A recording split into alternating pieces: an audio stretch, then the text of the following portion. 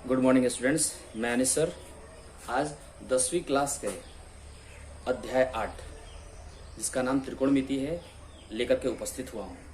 आज हम लोग त्रिकोणमिति के बारे में पढ़ेंगे। सबसे पहले हम लोग यह जानते हैं कि त्रिकोणमिति क्या है, त्रिकोणमिति को इंग्लिश में क्या कहते हैं और इसका शाब्दिक अर्थ क्या होता है। त्रिकोणमिति को इंग्लिश में ट्रिग्नोमेट्री कहते हैं। यह ग्रीक भाषा के 3 शब्दों के मिलने से बना हुआ है, जिसमें पहला ट्राई, दूसरा गोनिया और तीसरा मेट्रोन है। ट्राई का मतलब होता है 3, गोनिया का मतलब होता है कोण और मेट्रोन का मतलब होता है माप। अर्थात त्रिकोणमिति में 3 कोणों के मापों का अध्ययन किया जाता है। 3 कोण का जब जिक्र करते हैं तब यह रचना अगर आकृति के रूप में देखा जाए तब तो यह त्रिभुज हो जाएगा, यानी कि त्रिभुज के 3 कोणों के माप के बारे में हम अध्ययन करते हैं। अब आता है प्रश्न कि त्रिकोणमिति का उपयोग क्या है और सबसे पहले इसको किसने ढूंढा। तो हम यह जानते हैं कि जब यह ग्रीक शब्द का ट्रिग्नोमेट्री ग्रीक शब्द का शब्द है, ठीक है, तो सबसे पहले कहीं ना कहीं यह विदेशों में खोज हुआ है। तो सबसे पहले बेबीलोन निवासियों ने त्रिकोणमिति का उपयोग किया और इसका वो उपयोग पृथ्वी से सूर्य की दूरी, तारों के बीच की दूरी तथा अन्य ग्रहों के बीच की दूरी को मापने में किया करते थे। अब हमारे पास में प्रश्न यह है कि त्रिकोणमिति में हमने त्रिभुज शब्द का जिक्र किया है। तो त्रिभुज 3 भुजाओं से मिलकर के बना होता है। जैसे हमारे पास में एक त्रिभुज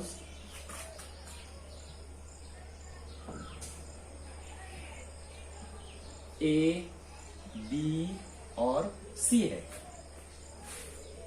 अब यहां पर क्या है, अगर हमने सी को थीटा ले लिया या कोई कोण ले लिया तो हम यह कहेंगे कि यह त्रिभुज है।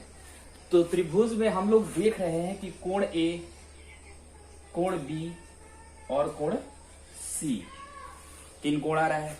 तो 3 कोण के साथ साथ इसमें 3 भुजा भी है, ए बी, बी सी और सी ए।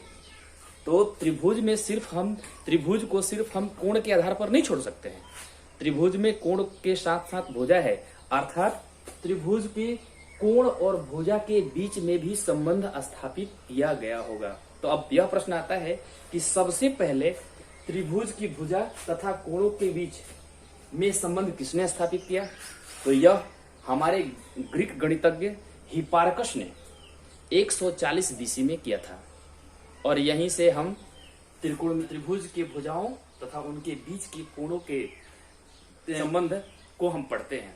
अब आता है कि थीटा, अगर सपोज करते हैं कि त्रिभुज ए बी सी क्या है, समकोण त्रिभुज है। अब यहां आता है कि सम्मुख भुजा और संलग्न भुजा।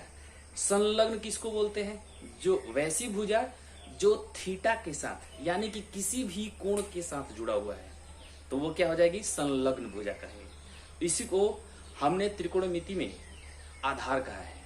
आधार को इंग्लिश में बेस कहते हैं, यानी कि हम बीसी भुजा को संलग्न भुजा, किसके साथ संलग्न, तो कोण के साथ संलग्न की भुजा है, कोण के साथ संलग्न भुजा है। इसको इंग्लिश में हम लोग बेस भी कहते हैं, जिसको छोटा बी से सूचित करते हैं। और इसके सामने यानी कि कोण के सामने वाली जो भुजा होती है वह सम्मुख भुजा कहलाती है। तो हम ए बी को क्या बोलेंगे, सम्मुख भुजा बोलेंगे।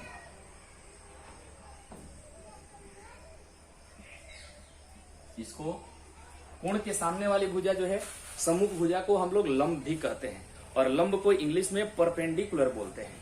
परपेंडिकुलर का मतलब पी से सूचित करते हैं। तो हम यह ध्यान देंगे कि सम्मुख भुजा को पी से, संलग्न भुजा बी को बेस यानी कि बी से।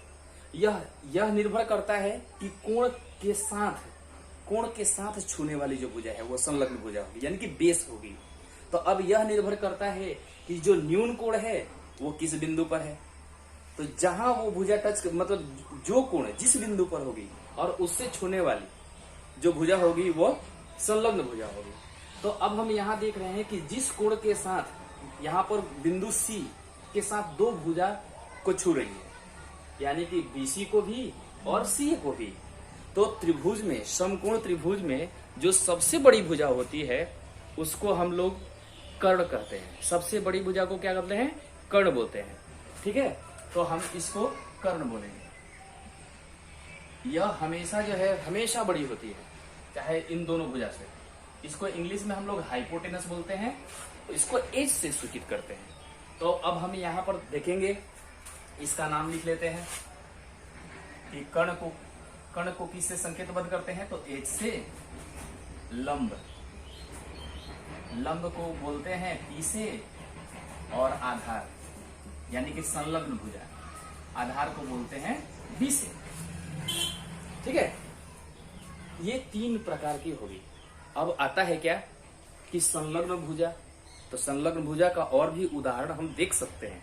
आइए जैसे हम चर्चा करते हैं, हम यहाँ पर देखेंगे कि त्रिभुज ए बी सी में यदि कोण बी 90 डिग्री है तो समकोण है।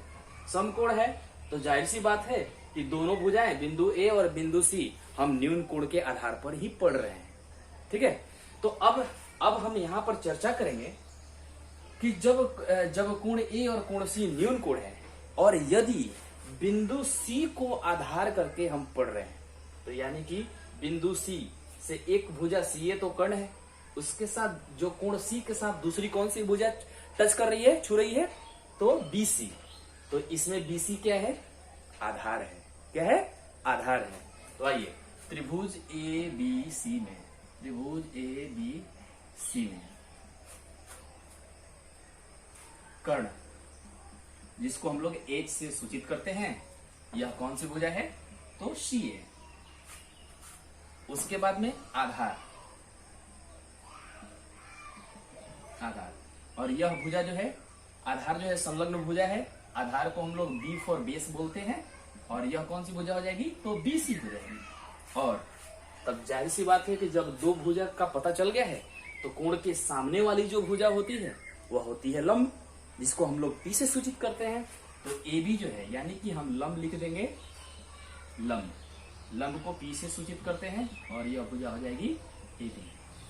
आइए थोड़ा सा हम ध्यान देंगे, यदि हम लोग एक दूसरा त्रिभुज लेते हैं, यदि हम एक दूसरा त्रिभुज लेते हैं और उसके कोण बिंदु जो है, बिंदु सी को कोण न बना करके बिंदु ए को बनाएंगे, तो यहां देखते हैं क्या होता है।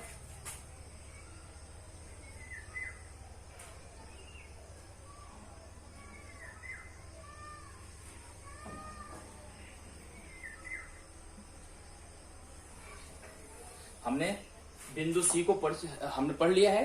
अब आते हैं बिंदु ए को संलग्न, बिंदु ए को कोण बनाते हैं।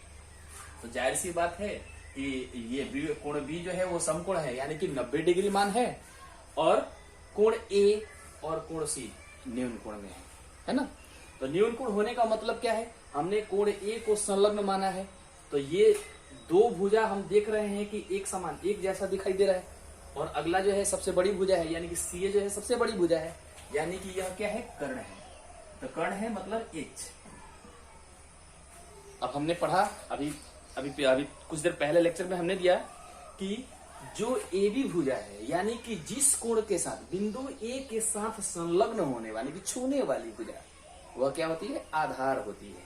तो यहाँ पर तो ये खड़ा दिखाई दे रहा है, तो हम तो कह सकते हैं कि लंब होगा, लेकिन नहीं। लंब और आधार का जो निर्धारण होता है वह होता है थीटा के ऊपर डिपेंड करता है, कोण के ऊपर डिपेंड करता है कि कौन सी बिंदु से, किस बिंदु से वह संलग्न है। नहीं तो थीटा हम देखते हैं कि बिंदु ए से संलग्न है ना। तो बिंदु ए से टच करने वाली जो सबसे बड़ी भुजा सी है, जो कर्ण है, और यहाँ पर दूसरी जो भुजा है वह क्या है? ए बी है। तो अब यहाँ पर ए बी क्या हो जाएगा? आधार। आधार को हम लोग बी से सूचित करते हैं, और अब बीसी क्या हो जाएगा? बीसी हो जाएगा, जब दो कर्ण मिल गया, आधार मिल गया, तो बीसी हो गया लंब। तो हम इसको लंब लिख लेंगे, और इसको हम लोग पी से सूचित करते हैं। ठीक है, अब यहां पर देखेंगे हम त्रिभुज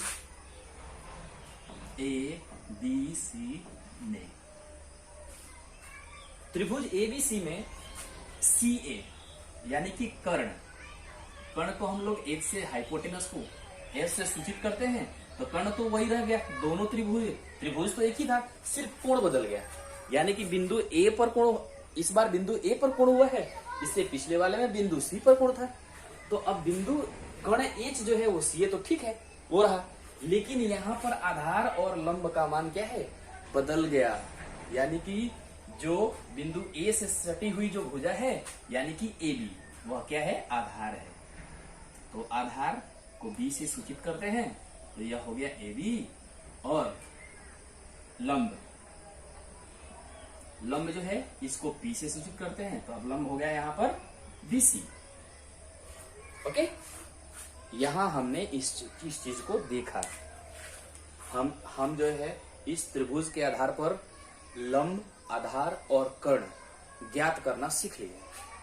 अब हमारे पास में हमने क्या पढ़ा कि ग्रीक गणितज्ञ हिपार्कस ने 140 बीसी में कोण तथा त्रिभुज की भुजाओं के बीच के अनुपात को बतलाया, सिद्ध किया, है ना।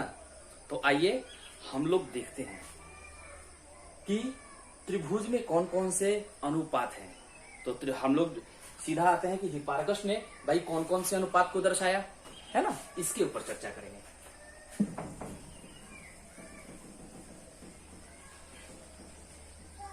हिपार्कस ने न्यून कोण के आधार पर sine theta, cos theta, tan theta, cot theta, sec theta और कॉसेक थीटा के रूप में अनुपात को बनाया, है ना। तो आइए हम देखते हैं कि कोण सी के आधार पर sine theta, cos theta, tan theta का मान क्या होता है। तो सबसे पहले हम थीटा वाले मान को लिखते हैं। अब यहाँ पर हम देख रहे हैं कि हिपार्कस ने किस किस अनुपात को लाया भाई, तो साइन थीटा को लाया। थीटा ले लेते हैं, बिंदु सी, कोण सी को थीटा लेते हैं, तो sine theta, cos theta, tan theta, cot theta, sec theta, cosec theta, ये 6 प्रकार के अनुपात को उन्होंने दर्शाया। किसने, हिपार्कस ने। ठीक है, अब हम यहां देखते हैं कि हिपार्कस ने आखिर साइन थीटा, कोण सी को आधार बनाया, तो इसके लिए क्या उन्होंने संबंध दिखलाया भाई, लंब, कर्ण और आधार नहीं। इस पर एक प्रमेय और भी है जो पाइथागोरस प्रमेय कहलाता है। पाइथागोरस ने लंब सबसे बड़ी के वर्ग का योग उसकी अन्य 2 भुजाओं के वर्ग के योग के बराबर प्रमाणित किया। ठीक है, यानी कि पाइथागोरस ने कर्ण स्क्वायर बराबर लंब स्क्वायर प्लस आधार स्क्वायर का संबंध सिद्ध किया, है ना। अब यहां पर अनुपातिक संबंध की जब बात होती है तो अनुपातिक संबंध में लंब, कर्ण और आधार के ऊपर चर्चा करते हैं। ये स्टैंडर्ड हमारी 10वीं क्लास का है, इसलिए हम लोग सिर्फ और सिर्फ अनुपातिक संबंध के बारे में ही पढ़ेंगे। तो साइन थीटा के बारे में आता है, साइन थीटा के बारे में आता है,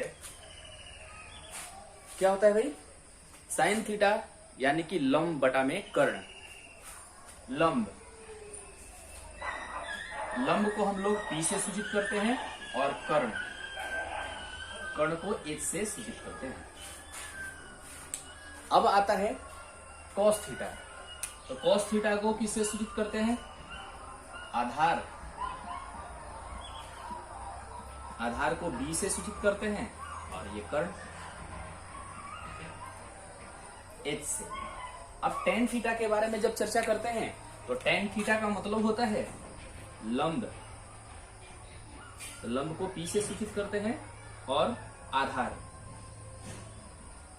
को बी से सूचित करते हैं।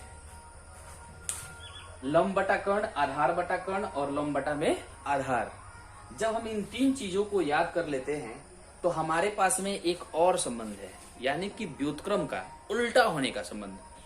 ठीक है, तो साइन थीटा कॉसेक थीटा का उल्टा है, यानी कि साइन थीटा लंब बटा कर्ण हो गया, तो कौशिक थीटा इसका उल्टा कर्ण बटा लंब हो गया। ठीक है, उसके बाद में कॉस थीटा, तो कॉस थीटा का जो व्युत्क्रम होता है वह सेक थीटा से होता है, सेक थीटा से। कॉस थीटा का सूत्र आधार बटा में कर्ण है, यानी कि b बटा h है, तब यहां पर सेक थीटा का उल्टा क्या होगा, कर्ण बटा में आधार हो जाएगा।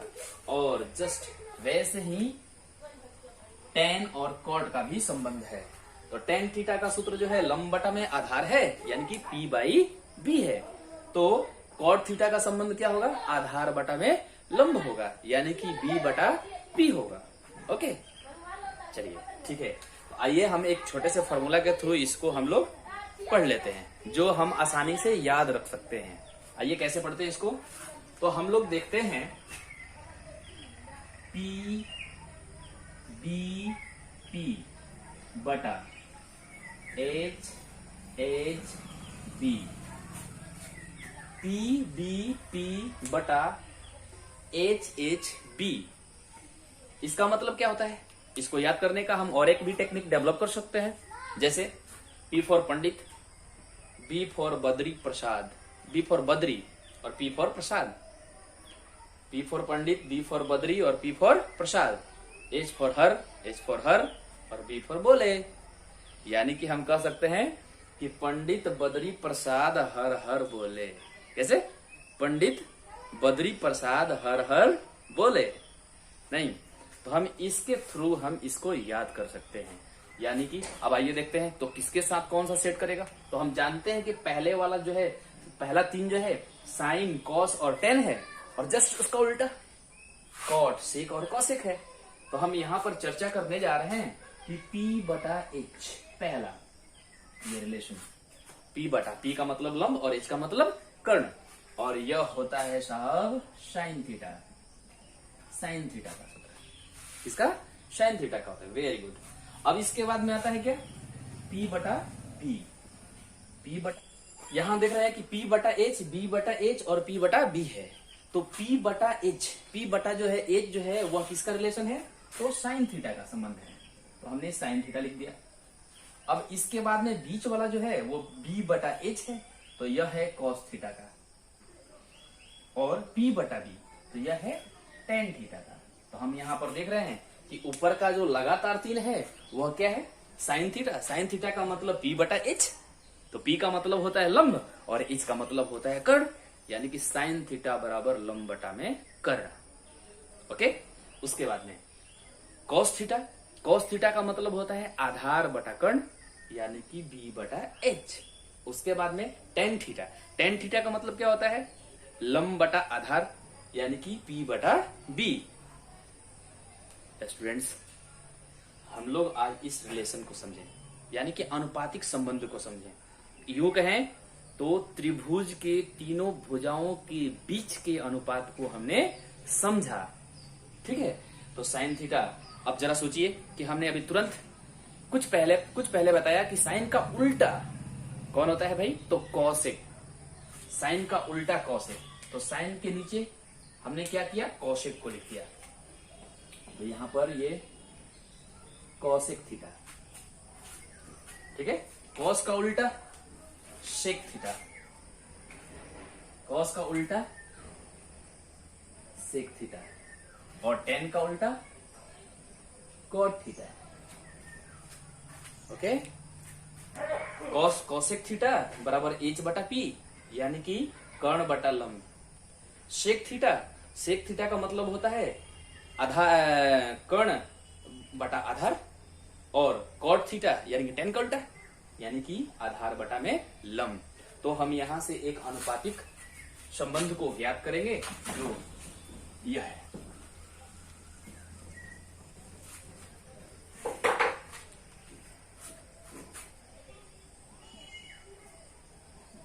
साइन थीटा, साइन थीटा बराबर लंब B बटा में कर्ण, यानी कि H। ये number 1। Number 2 cos theta, cos theta का मतलब होता है आधार, आधार को बी से सूचित करते हैं, और ये कर्ण, कर्ण मतलब H. Number 3 tan theta. Tan theta का मतलब होता है लंब, लंब को पी से सूचित करते हैं और आधार को बी से सूचित करते हैं। अब इसका जस्ट उल्टा, तो टेन का उल्टा कौन? कॉट। कॉट, तो कॉट के बारे में उल्टा जब बात करेंगे कॉट थीटा के बारे में, तो उल्टा हो जाएगा आधार, आधार, आधार को बी से सूचित करते हैं और लंब बी से। यहां पर 5 नंबर पर हो जाएगा कॉस का उल्टा सेक, तो सेक थीटा बराबर कर्ण एच और आधार, आधार बी। उसके बाद में 6 नंबर जो है यह होगा क्या? 6 नंबर पर आएगा कौशिक थीटा, कौशिक थीटा। और कौशिक थीटा के बारे में जब हम चर्चा करेंगे तो कौशिक थीटा आ जाएगा क्या? कर्ण एच और बटा में बी, सॉरी पी, यानी कि लंब।